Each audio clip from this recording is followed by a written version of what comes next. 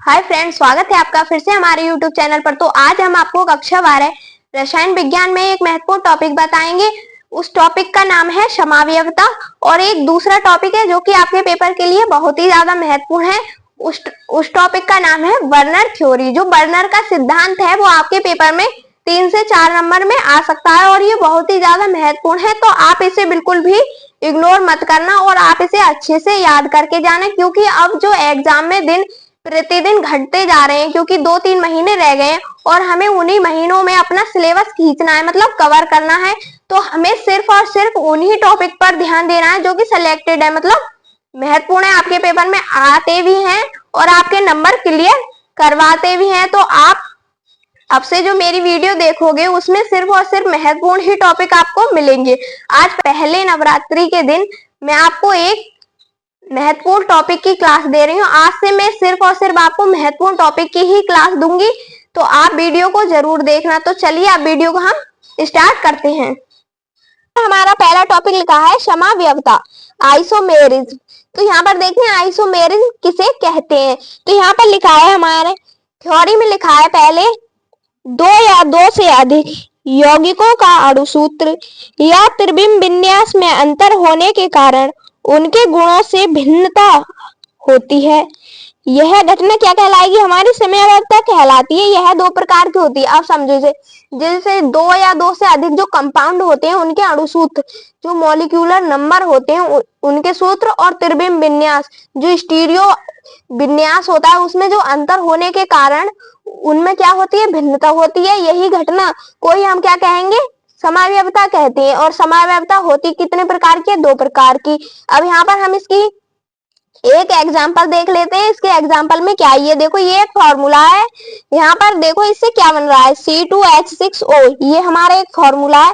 इससे जब हम इससे एक हाइड्रोजन लेकर यहाँ पर रख दें तो यहाँ पर क्या बनेगा, C2H5OH। इसको हम बोलते हैं एथिल एल्कोहल। अब यहाँ पर देखो एथिल एल्कोहल है, ये मतलब पीने की चीज है, मतलब जैसे कि शराब है, शराब में एथिल एल्कोहल ही होता है तो उसे लोग क्या करते हैं, पीते हैं। और ये बचा है कीटोन, इससे एक फॉर्मूला और बन जाएगा। ये देखो C2H6O है यहाँ पर, तो यहाँ पर लिखेंगे हम C3CH3 हो गया। और ये बचा O, इसे हमने रख लिया बीच में।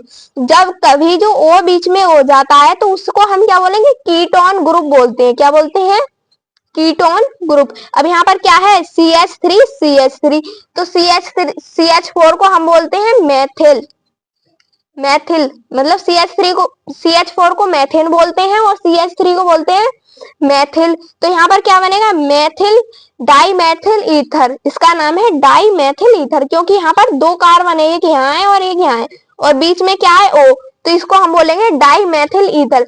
अब यहाँ पर देखो, इसे तो हम खा सकते हैं, तो जीवित भी रह सकते हैं, मतलब लोग इसे पीते हैं। लेकिन ये है जहां पर भी CH3 हो जाए वो कौन सा ग्रुप होगा, हमारा कीटोन ग्रुप में आ जाता है। तो जब हम इसे खाएंगे, ये तो जहर है, इसे खाने से इंसान बीमार पड़ सकता है और मतलब उसकी जान भी जा सकती है। तो ये क्या है, बहुत ही ज्यादा खतरनाक है। तो इससे एक मतलब पीने योग्य भी पेय पदार्थ भी बन सकता है और एक कीटोन मतलब कीटनाशक दवाइयों में यूज करने वाला भी बन सकता है। तो यहाँ पर देखते हैं अब आगे क्या है, आइसोमेरिज्म कितने प्रकार की होती है। तो आपको पेपर में 1 नंबर में आए तो सिर्फ इतना ही लिखना है। अगर ये दो नंबर में आए, 2 से ये ज्यादा नंबर में नहीं आएगी। अगर 2 में आए तो सिर्फ और सिर्फ आपको इतना लिखना है, ये वाला और ये वाला, सिर्फ आपको इतना ही लिखना है। यहाँ पर लिखना है आइसोमेरिज्म इन कोऑर्डिनेशन कंपाउंड, मतलब उपसे संयोजी यौगिकों में समावयवता कितने प्रकार की होती है। तो यहाँ पर हमें लिखना है संरचनात्मक समावयवता और दूसरी है त्रिविम समावयवता। मतलब संरचनात्मक समावयवता को हम कहते हैं स्ट्रक्चरल आइसोमेरिज्म और त्रिविम समावयवता को बोलते हैं स्टीरियो आइसोमेरिज्म। अगर 2 नंबर में आए तो आपको इतना ही लिखना है, मतलब इसकी थ्योरी नहीं लिखनी है। अगर चाहो तो आप इतना भी लिख सकते हो, क्योंकि आपके पूरे 2 नंबर भी मिल सकते हैं, क्योंकि पेपर में हमें एक्स्ट्रा लिखने से ही नंबर मिलते हैं। मतलब जो जितना पूछा है उससे 1-2 लाइन अगर हम एक्स्ट्रा लिख दें तो उनसे हमें नंबर मिल सकते हैं, मतलब अच्छे से। तो यहाँ पर देखते हैं स्ट्रक्चरल आइसोमेरिज्म कितने प्रकार की होती है। अब इसके अंदर देखो एक प्रकार की होती है आयोनाइजेशन आइसोमेरिज मतलब आयनन समावयवता, और एक होती है ये लिंकेज आइसोमेरिज मतलब जोड़ने वाली समावयवता, और ये वाली होती है कोऑर्डिनेशन पोजीशन आइसोमेरिज मतलब उससे संयोजित जो पोजीशन होता है वो वाली समावयवता है। दूसरी है हाइड्रेट समावयवता और तीसरी है कोऑर्डिनेशन आइसोमेरिज, ये है उपसे संयोजक समावयवता। ये टोटल हमारे 5 प्रकार की होती है। तो आपको ये ऐसा मैंने लिखा है बनाकर, आपको ऐसे ही लिखकर आना है। तो पहले पर लिखना है आयोनाइजेशन आइसोमेरिज, दूसरे पर लिखना है हाइड्रेट आइसोमेरिज और तीसरे पर लिखना है लिंकेज आइसोमेरिज, चौथे पर लिखना है हमें कोऑर्डिनेशन आइसोमेरिज और 5वें नंबर पर लिखना है कोऑर्डिनेशन पोजीशन आइसोमेरिज। आप इसे इंग्लिश में भी लिख सकते हो, अगर आप इंग्लिश में लिखोगे तो और अच्छा है। अगर आप बीएससी करोगे आगे चल के तो उसमें सारा कंटेंट आपको इंग्लिश में ही लिखना पड़ता है। तो अगर आप अभी से प्रैक्टिस करोगे तो आपकी बीएससी में मार्क्स अच्छे आ सकते हैं। तो यहाँ पर दूसरी है हमारी स्टीरियो आइसोमेरिज। स्टीरियो आइसोमेरिज में हमें लिखना है जो स्ट्रक्चरल आइसोमेरिज्म थी वो हमारी 5 प्रकार की थी जो हमने अभी पढ़ी है। अब जो है स्टीरियो आइसोमेरिज्म ये हमारी 2 प्रकार की है जिसको हम पढ़ेंगे ऑप्टिकल आइसोमेरिज्म और दूसरी है ज्योमेट्रिकल आइसोमेरिज्म। मतलब ऑप्टिकल को हमें बोलना है ध्रुवण समावयवता और ज्योमेट्रिकल को हम हिंदी में बोलते हैं ज्योमिति समावयवता। आप अगर यहाँ पर हिंदी लिखना चाहो तो इसे लिख सकते हो। ऑप्टिकल को बोलेंगे ध्रुवण समावयवता और स्टीरियो को बोलेंगे हम ज्योमेट्री को बोलेंगे हम ज्योतिमय समावयवता। अब ये वाला टॉपिक हो गया हमारा क्लियर। तो आपके यहाँ पर अगर ये आया तो आपके 1 से 2 नंबर क्लियर आराम से हो जाएंगे।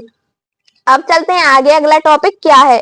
तो यहाँ पर हमें लिखना है ये जो टॉपिक है ये आपके पेपर के लिए वेरी मोस्ट इम्पोर्टेंट है, मतलब बहुत ही ज्यादा इम्पोर्टेंट है क्योंकि ये आपके पेपर में आ सकता है, मतलब आता है। अगर आपके सेट में आपके क्षेत्र के जो सेट बनते हैं पेपरों को उसमें नहीं आया तो वो बात अलग है, लेकिन ये आता है ये वाला टॉपिक। तो आप इसे बिल्कुल भी इग्नोर मत करना और आप इसे आसान लैंग्वेज में समझना क्योंकि ये आपके पेपर में 3 से 4 नंबर क्लियर करवा सकता है अगर आपने इसे अच्छे से पढ़ा।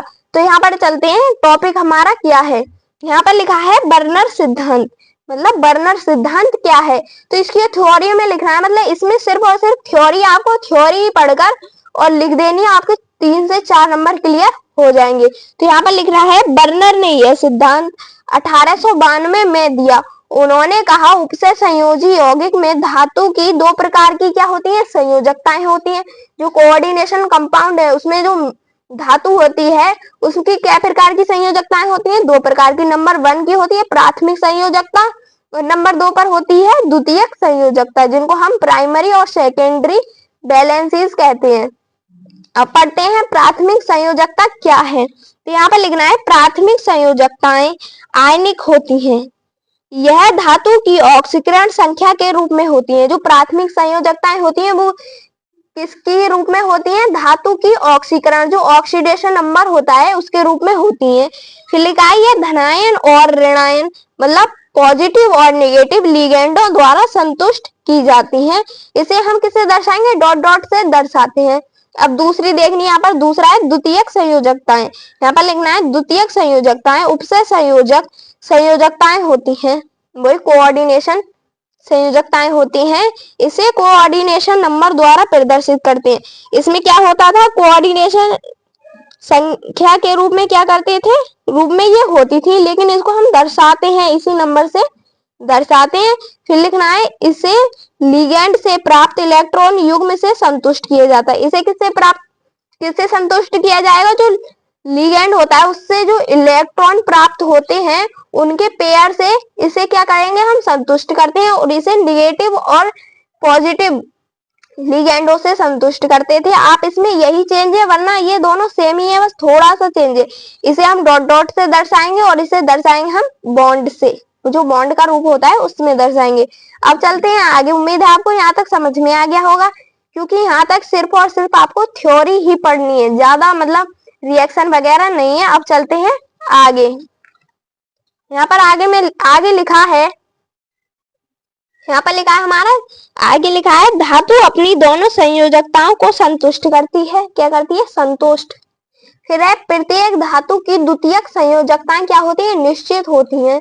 द्वितीयक संयोजकताएं दिशात्मक प्रकृति की होती हैं। जैसे कि यहाँ पर देखो ये बॉन्ड वाली है तो इसे को हम कैसे दर्शाएंगे, द्वितीयक संयोजकता। जो डॉट डॉट वाली होती है उसको हम प्राथमिक संयोजकता बोलते हैं। तो यहाँ पर एंगल बनेगा 90 डिग्री का, तो इसको हम बोलेंगे बर्नर समतली। आपको सिर्फ यही 3 चित्र बना देने हैं और आपके नंबर क्लियर हो जाएंगे। ये वाला है, इसका एंगल बनेगा 109.28 डिग्री का। ये होगा चतुष्फलकीय क्योंकि इसमें 4 फलक होंगे। यहाँ पर देखो ये बनेगा 190 डिग्री का, ये होगा अष्टफलकीय क्योंकि इसमें अष्टफलक होंगी।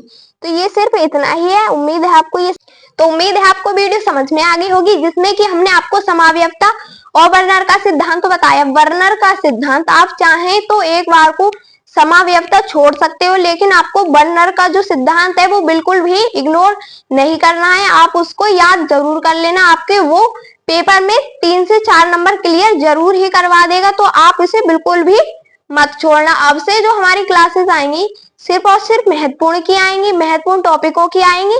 तो हमारे चैनल को लाइक और सब्सक्राइब करके जरूर रखना, जिससे कि आपके पेपर में नंबर अच्छे आ सके। और वीडियो को पूरा देखने के लिए थैंक यू।